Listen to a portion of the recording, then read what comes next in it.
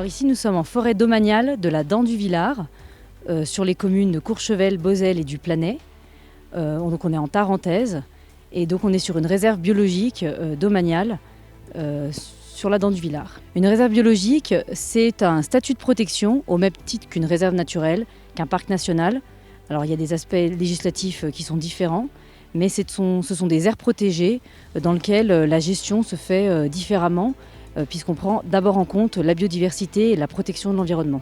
Alors la réserve biologique a été classée il y a 20 ans, justement on fête les 20 ans de la RBD de la Dent du Villard. La particularité de cette forêt, c'est qu'on est sur une montagne de gypse qui présente des milieux tout à fait remarquables qu'on appelle les entonnoirs de dissolution. Mais également, elle abrite une pineraie accrochée sur gypse qui est protégée au niveau européen. Alors l'ONF intervient au titre de la gestion forestière.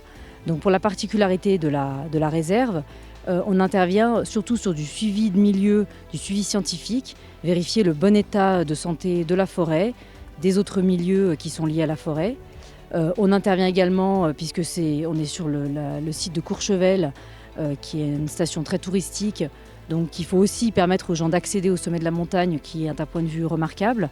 Donc on entretient les sentiers en lien aussi avec la commune, mais également on participe au suivi de tout ce qui est restauration des terrains de montagne, suivi des éboulements et la gestion forestière en général. Donc je réalise dans un premier temps un tour sur les sentiers pour quantifier le travail qu'il y aura à faire et puis donner les consignes aux ouvriers forestiers pour savoir avec quel outil ils viendront sur le terrain pour réouvrir ces sentiers. Et là, cette année, plus particulièrement, j'ai participé à des relevés sur le terrain